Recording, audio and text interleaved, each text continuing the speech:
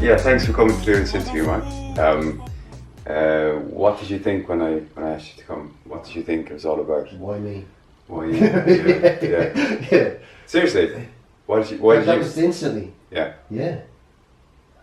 Go on. I don't find myself that interesting, so obviously you see something that you think would benefit others, or a point of view, or something that I've said before. Or Yeah, I suppose the really cool and interesting thing for me about you is your journey, and from the outside, I don't know when that journey began. Okay. So, could you shed some light for me, just in your own words, how that journey started? Okay. When you're talking journey now, are you talking spiritual journey, or are you talking the physical transformation, or I'm talking my the day. approach to I'm diet, talking the nutrition? day. I'm talking the day that you decided that your life needed to change. Okay. Yeah. So maybe I remember it vividly because I was sitting outside my son's school, and I think everyone has a tipping point. You approach a certain stage in your life where you know the day was coming, and even though there was a point where you knew it's like the straw that broke the camel's back, you can throw on so much upon yourself and bury it and continue to do what you're doing, but you know deep down that at some point you're going to break down and you're going to be useless to everyone else around you. And I think that's what the one thing that there was a couple of things. There was a mental battle going on in my own head, because I think with my work environment I became very isolated, very introverted. It was a struggle to get out and about and interact with people, because I didn't really have a social kind of outlet where I could interact comfortably with people, because I felt as if, if you're out in a family situation, you felt as if you were being, it was like an interrogation to me, because I felt, oh, what have you been up to? And I was like, well, to be fair, I'm doing the same thing I do kind of more or less every day, every week. And along with that, I became alcohol dependent, and it got to a certain degree where I was sitting outside my son's school, and I had that dawning, that realization that it's now. I have to do it now, because it became a point in time where physically I couldn't interact with him, I couldn't play with him without being out of breath, and just, I just couldn't do what I wanted to do. And I piled on the weight. Never really jumped on the scales and found out exactly what weight I was or anything, but I got to a size where it was unmanageable. I was shopping in bloody Tesco buying the biggest pants possible. I kind of bloomed to about a 48-inch waist, borderline 50. And so physically my health was suffering, swollen ankles, piles, all the good stuff, breathlessness, dizzy spells, you name it, all the stuff that comes with being obese. And that was one aspect. And then the other aspect was that I knew that I wasn't taking responsibility for my own actions. I was kind of hiding away from certain things and not fighting the demons that needed to be fought. And then, so my approach was, right, something needs to be done. Didn't have a clue what to do. But there were several instances where I thought I'd reached that tipping point, and I was about to make the decision to do some good. At one point I even phoned AA to get some help. Yeah. And hung up the phone on several occasions. Obviously, without my wife, I probably wouldn't be here, realistically. She's been my number one supporter and pillar of strength. But so I took it upon myself to do some research online, and I came across a documentary, and I always credit this documentary with something that I could relate to, something that I could buy into, and something that was tangible and something real that I could actually do. and possibly sustain. And that was Fat, Sick or Nearly Dead, a guy by the name of Joe Cross. And basically the documentary follows his journey travelling to the States, and the States being known for its fast food culture and everything else. He basically, part of his premise and his approach to the documentary was that he bought a juicer and a car battery and basically juiced out of the back of his boot for a period of about 6 months, I think. And he was facing the same kind of health problems. He had a certain skin condition that came along with being overweight, and he was of the same age. He was a bloke, you know, and this, as I said, I can relate to all of this. So I watched this documentary, and it kind of gave me the impetus to kind of turn around and go, right, Google juicer. I got myself a juicer, and I started juicing for about 6 months. I suppose that was my first kind of pathway into looking after myself, and because before, my wife used to always say to me, you're not looking after yourself, you're not looking after yourself, and it was something that I just brush off, and you think, no, I'm a bloke, blokes don't, you know what I mean, you get on with it, you know, it's that old school mentality, a kind of, you know, generational thing where, so I just got on with things, but as I say, it wasn't healthy, and I was one of those guys that it wasn't natural for me to kind of talk to anyone or to kind of, I just did my own thing. That's the way I've always been. But I've changed since then, and I think people that knew me back in the day when I was involved in music and everything else, I'm a completely different person. You know, on the way over here, I mentioned to you that, you know, there was one particular point where I woke up and I was doing certain things, like I was exercising more. I was, you know, my kind of, the way I viewed life in general, and my perspective is the one thing that I keep on saying to myself. Perspective is the key to everything.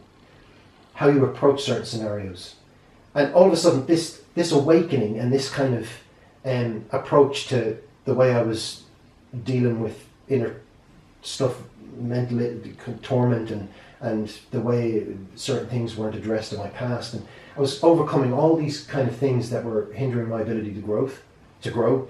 That all of a sudden I started viewing the world in a different way and interacting with people in a different way, and without getting too deep about this, like it became a situation where all of a sudden, in terms of diet and nutrition, solely on this, where I started to feel so good, and then I kind of got angry in the same sort of sense, because I felt lied to. I felt as if the wood have been pulled over my eyes for years, that I was consuming all these toxins and God knows what, and it was doing me the world of, you know, it was doing me no good at all. And as I say, this whole cycle and this whole journey led me to the stage where I'm at now, where if someone asked me, you know, like, because I've been in social situations and people would ask me, you know, what's the situation? Are you still doing the diet thing? You're still doing the thing? You said, it's, you know, and you try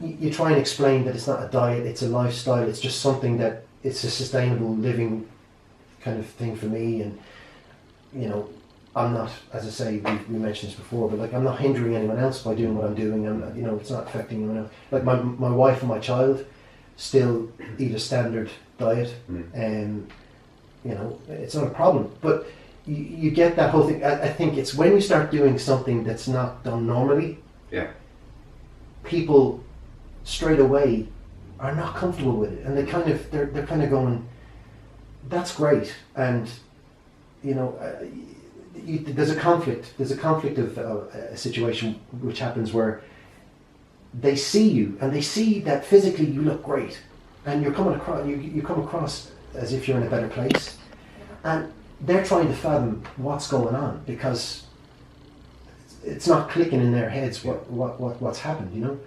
And you know, I was only the other day, I was looking at photographs, and when everyone was doing that, it was a social media craze for a while where they're doing the water bucket challenge thing. Yeah. I've got footage, and my wife keeps referring to it, and I haven't put it up online. And it basically, it's me at my heaviest. My son, I did it for my son because my son just wanted a bit of a laugh, wet daddy kind of thing.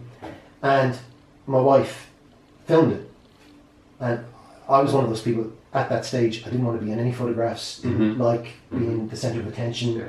Completely, not comfortable at all. And so she filmed me doing this water bucket challenge, and it was only about a year later she said, "Oh, I actually filmed that," and I watched it back, and it's like you see. I didn't physically, although I'd seen it in different clothes that I was wearing. I had an old suit that just looked ridiculous after I lost the weight. Yeah. But when you see it like that, and you see that that's just, I'm not, that's a different person, Yeah. you know? Yeah.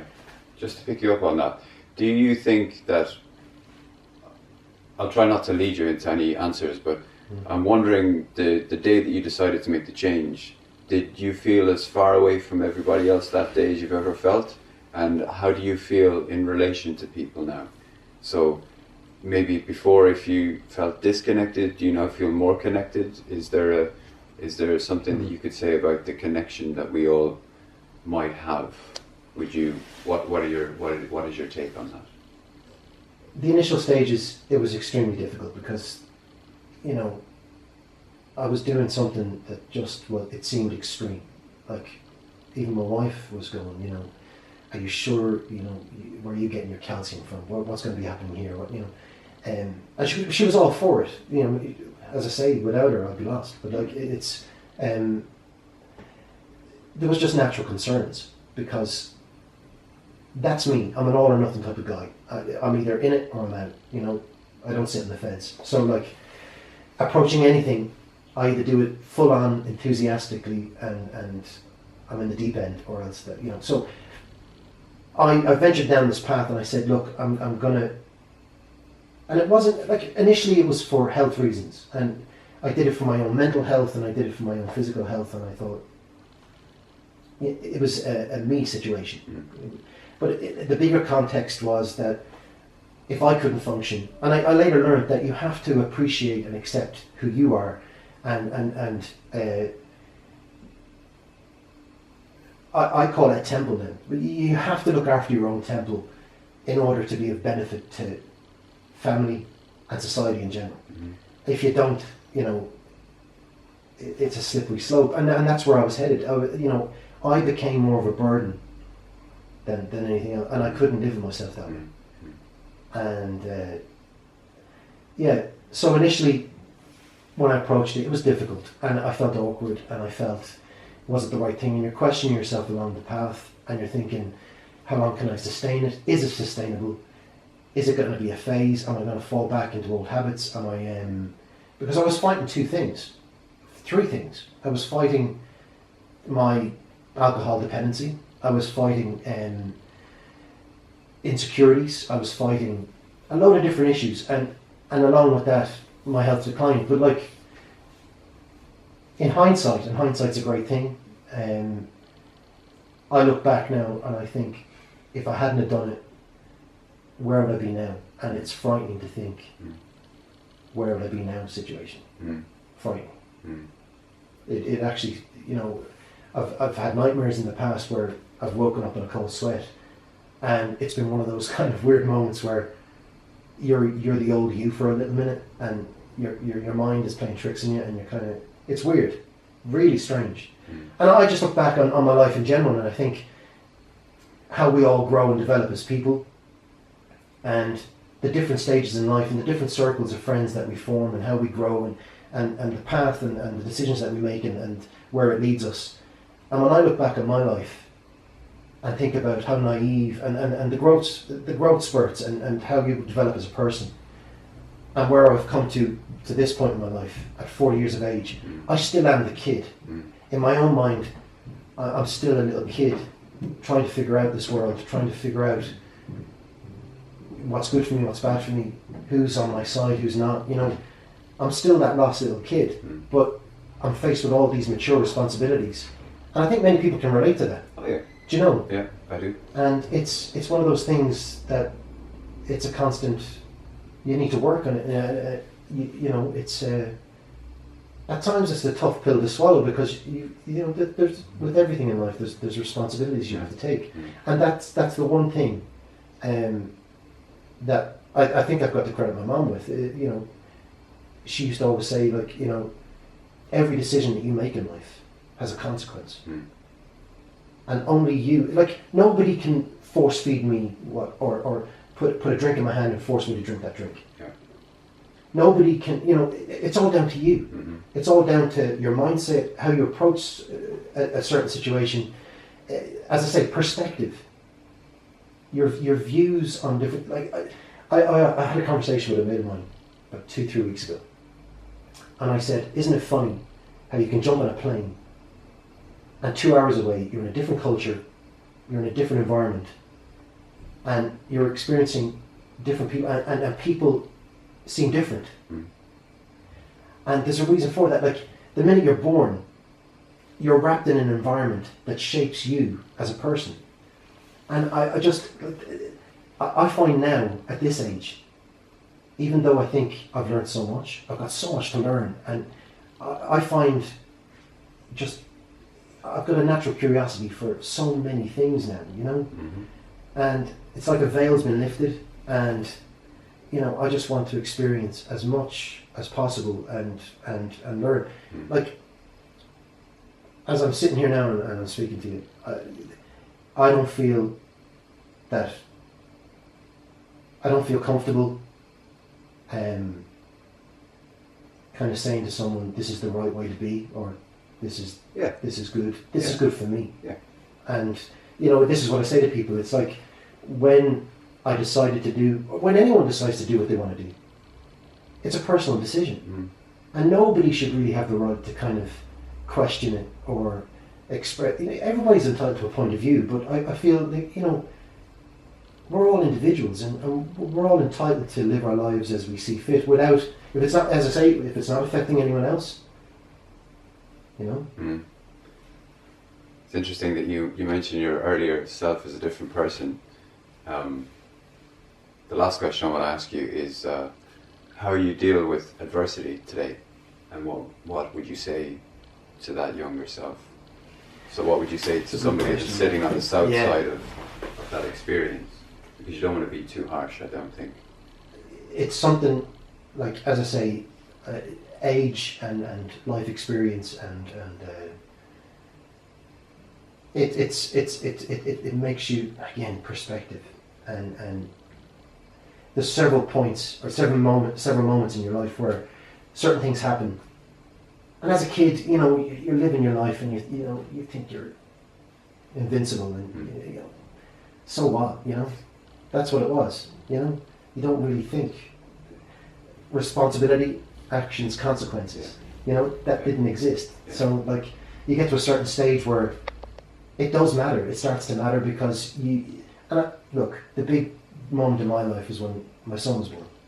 And all of a sudden, you've got a little soul that you need to take care of, nurture. And you're the responsible adult, you're the role model.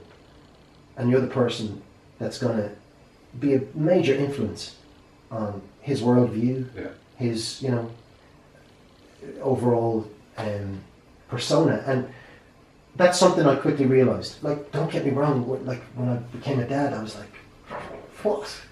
I couldn't, you know, the coping mechanisms weren't actually working at the time, and, you know, you feel awkward, and me a dad, you know. But that was one point where you kind of go, right, you know, this is where I'm at, I'm not, you know, my mum got sick and had to have heart surgery, and that was another moment. And it's just several moments where your life is precious, and every day is a gift, and it's something that my grandmother used to always say to me. You know, it's a small fragment of time and space, whatever. You know, this is I think one of the coping mechanisms that I've always kind of that's always helped me through was the fact that nothing is stagnant. Everything is transient. What you feel now will diminish, and you'll move on to a different feeling or a different mood, or, you know, everything in life. Nothing remains the same, and there's constant change. And if that's a natural, intrinsic thing that exists within the world, the universe, this realm that we live in, it's kind of like, well then, that's okay, you know. Go with There's a the bit of flow. comfort in that fact. Yeah. That, you know, like, even when it comes to physical exercise, which I used to hate, there's physical pain with that. Yeah. But once you get through that pain barrier, it's okay. You know what I mean? There's a kind of relationship, there's a balance that exists. And as I say, it's only now that certain things are clicking into place for me now, where I can go, oh my God, that makes sense. You know, all of a sudden I'm ticking boxes that I could never tick before. You know? So wrap it Did up. I avoid the question, or did I answer the question? No, you answer the question, but I'll ask it more directly. How do you cope with, what's your coping strategy Adversity. for adversity right now? And what would you say to your younger self? Adversity, I face it on a daily basis. You know, and as again, where I was going with this was life's too short, and it's the whole thing of take me or leave me. I don't make any excuses for me no more. You know, I spoke to a friend of yours. I said, not everybody likes the colour purple. You know, there's an acceptance there. So I accept me for who I am. Take me or leave me. The good, the bad. And that's taken me a long time. And that's how I embrace adversity, by kind of saying to myself, every day you're going to face something that is going to test you. But there's a reason for it. I find that there's life lessons to be learned, always. Constantly learning. And these things are put in place to test you and to see what way you'll overcome it. And to me, it's a challenge. Like, to me, it's like, without these little kind of things, barriers or speed bumps in the way, it's too smooth. Like, I just wouldn't feel comfortable with that. You need that kind of adversity to kind of get a bit of fire in your belly and work through it. And then at the end of the day, without the adversity, there's no satisfaction, there's no adulation of, look at me now, boy. Exactly. Do you know? So, And then to my younger self, yeah. well bloody done. You've done all right. You know? There's been times that things have been scary. There's been times when you were so lost. Times that you felt like no one was on your side, and you come through it. That's all right. And everything's going to be all right. That's it. Excellent. Well done, man. That's good.